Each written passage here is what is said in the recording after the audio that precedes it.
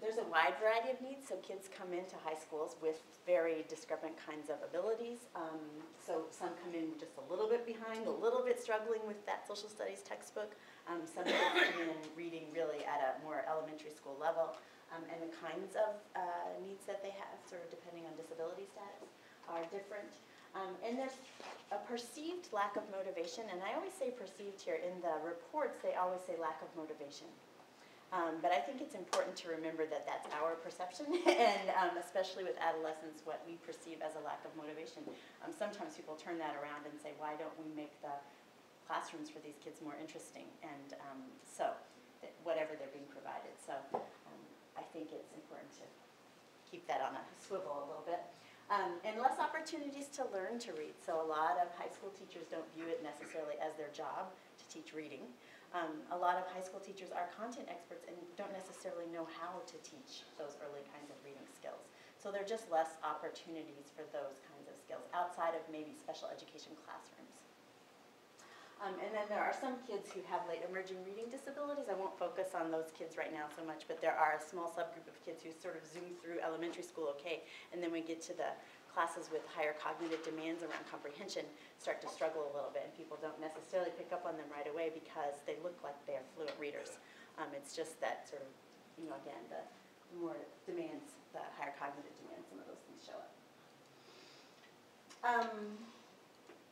So this is just a little bit about supplemental reading classes, and I have this term I'm going to refer to a few times because I'm going to share the results of this survey study. Before you go on to that, to follow up on Jeff's question there, the motivation. When you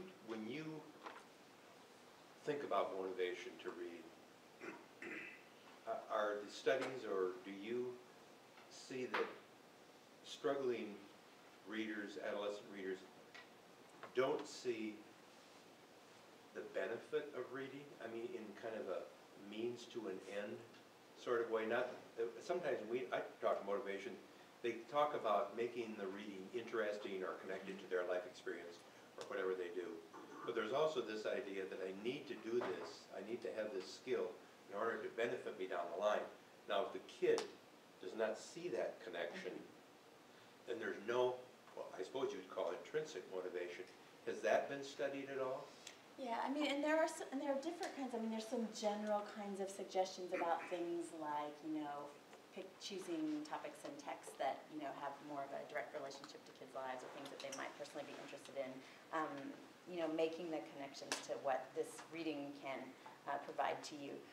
I would say there are some studies of interviews with kids where kids actually can articulate the benefits of reading.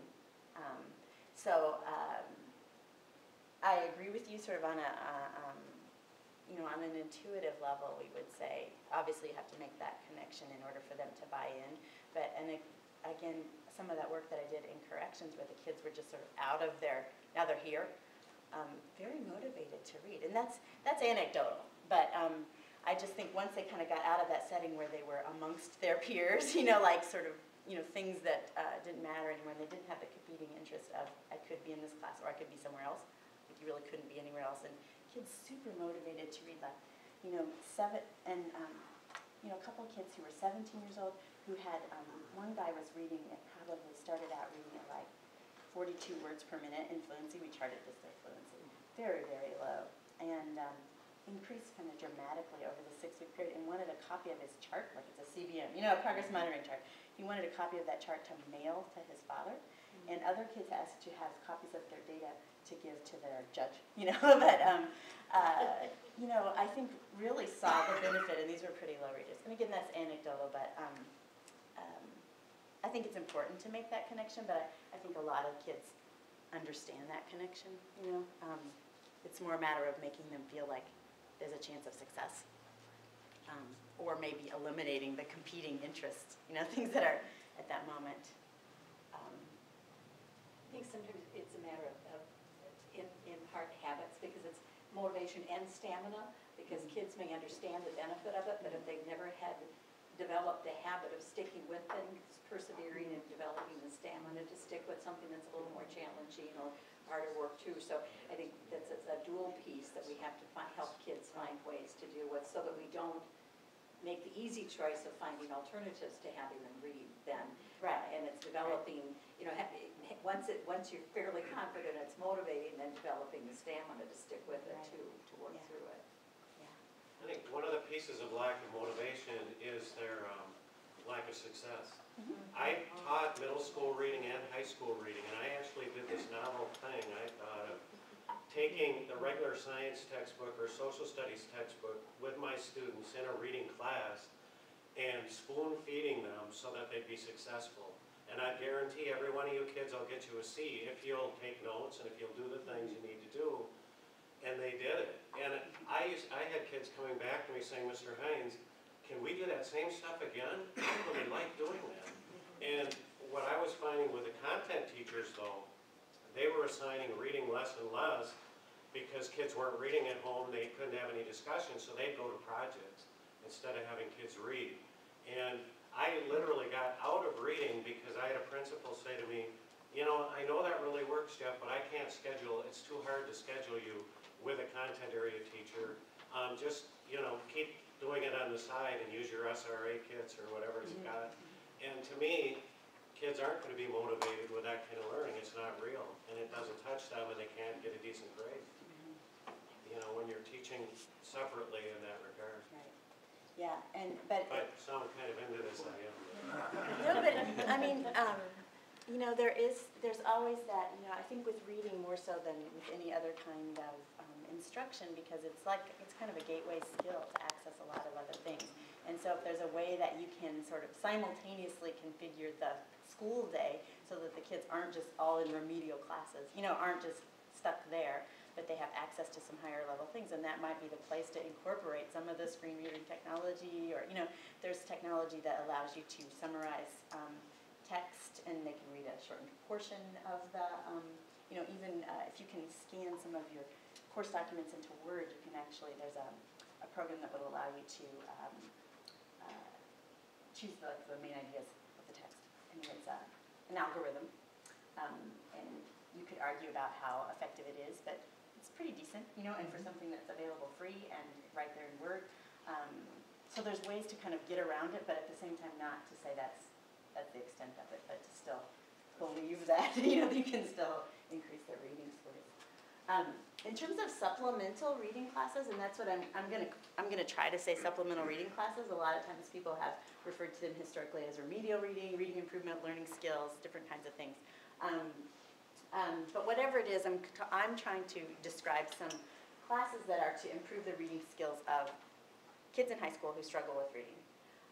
And a long time ago, someone did some research on a national study and said that about 67% of schools offer, this was back in '97, offer some kind of class like this. And we were not talking about a special ed class necessarily. So even though I'm a special ed person, I was interested in what kinds of classes or what kind of instruction is offered at the high school level for kids who struggle with reading, whether they have a disability label or not.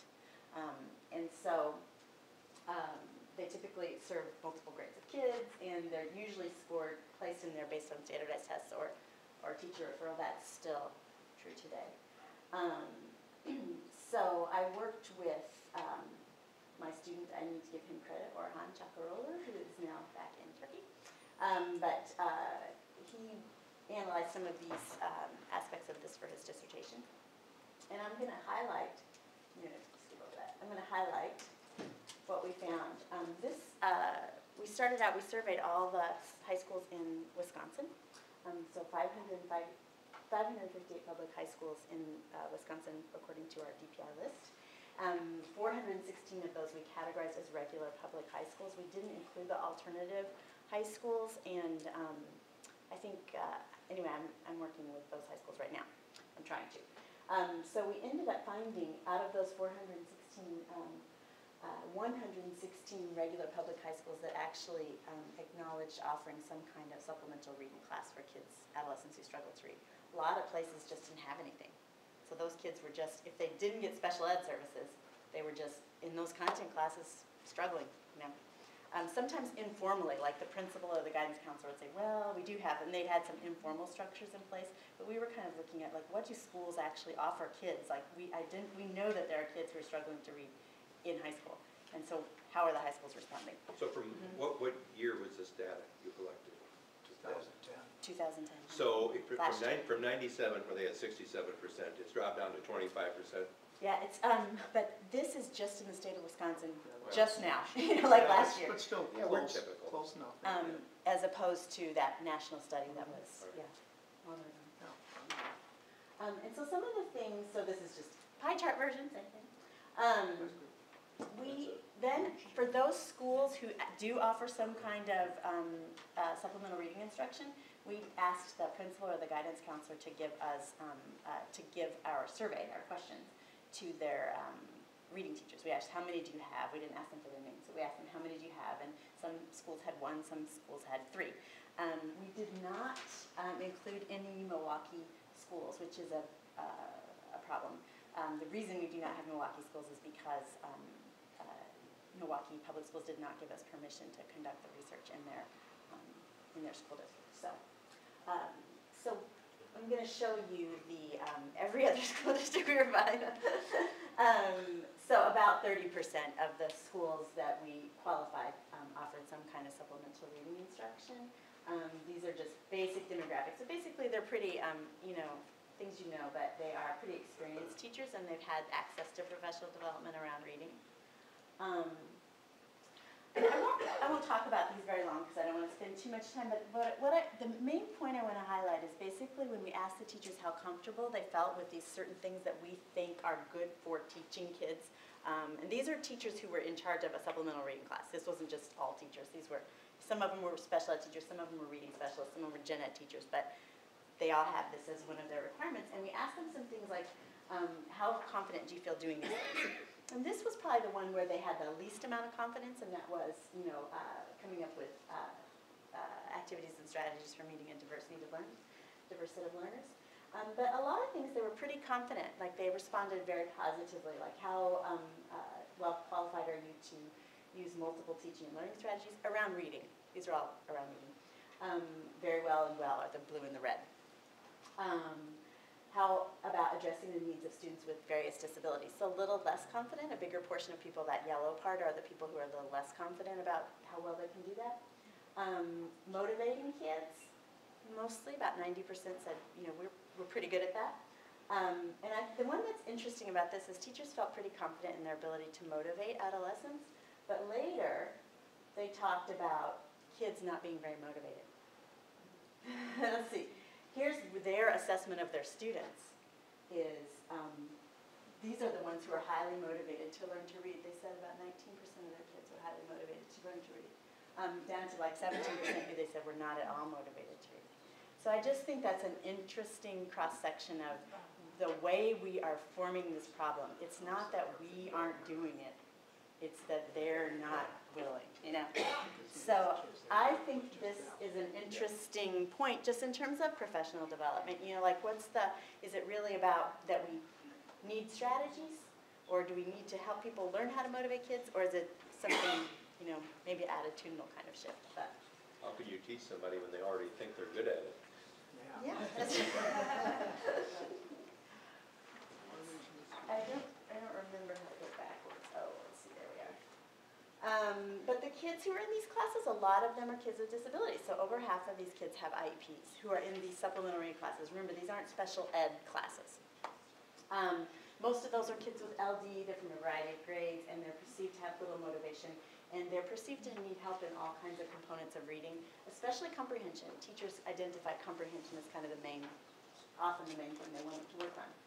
So you can see they said, here's about my kids. About half of them need support in comprehension, vocabulary, less in fluency, less in word decoding. Whether that's, an emphasis that just shows how we work with adolescents, we kind of aim more toward focusing on comprehension. And what usually happens, so what instruction mostly looked like is it looked like Read 180 in a lot of cases. In 41% of the cases, they just called it the Read 180 class, like that's what it was. And that's how you signed up for it. About 70-minute classes met about 5 times a week.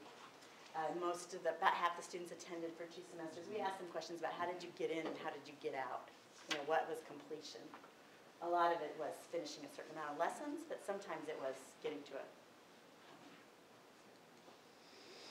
So in terms of the programs, when we asked the teachers, what do you use in those classes, about 53% said we use Read 180. So it's adopted pretty strongly and widely in the state of Wisconsin. Corrective reading, which is a direct instruction for, usually for adolescents, about 19%. Teacher-developed curriculum, about 13%. And then we had a few other curriculums identified. Are people, how many people are already familiar with Read 180 and know that it's in your senior districts or CSIS? So I won't talk about what Read 180 is. But I will say, it's not a bad thing that people are using Read 180. There are lots of evidence that support the use of Read 180. But there are some kind of caveats to that evidence. A lot of the studies are, I don't know, have somewhat of a bias in their, in the way that they are designed. And there's not a lot of evidence, there's mixed evidence for kids with disabilities in terms of their motivation to participate in Read 180. And I also know I had another student a couple of years ago who did his dissertation. He looked at he was recommended to places that were using Read 180 and teachers who were thought to be using Read 180 with some degree of fidelity. And that really varied. Like even though the teachers were recommended into the study as teachers using this with fidelity and effective teachers, there was a wide range of how well people could use Read 180. And sometimes it's because it was, maybe they had 30 kids in there. You're not supposed to have 30 kids in there, Or sometimes it was just kind of, they had made so many adaptations to it that it didn't look very much like Read 180 anymore. So the fact that there's that kind of mixed results, may be that what we're calling Read 180 may not always be the same in the next. A lot of people modified Read 180. So a lot of people added supplemental materials. So over half the teachers added things to their Read 180 instruction, which is probably not as concerning as removing elements, but modifying the duration was another fairly common accommodation. A lot of people reported technology use, but this is colored somewhat by the fact that people were reporting using Read 180, right? So I'm sure a lot of what they were calling their use of technology. And not that that's a bad thing, but in terms of being creative and using technology as more, sort of different pedagogically and incorporating it into the content of what you're teaching as opposed to just the tool that provides the worksheet, So there are differences. So I'm not saying that this is an indicator of anything negative. It's just, it might be a little artificial. And then we asked teachers about the motivating strategies that they used. And they listed a lot of the things that people were kind of bringing up here in our discussion, but they didn't often talk about technology use. Right? So they were talking about, verbal feedback, relevant to kids' lives, interesting text, supporting autonomy, letting people work in groups. Those are the kinds of strategies. So the more sort of traditional things that we think about with motivating kids. Not bad things, but not too far different. I'm going to let Carly talk about reading instruction for kids with low cognitive skills or intellectual disabilities specifically. And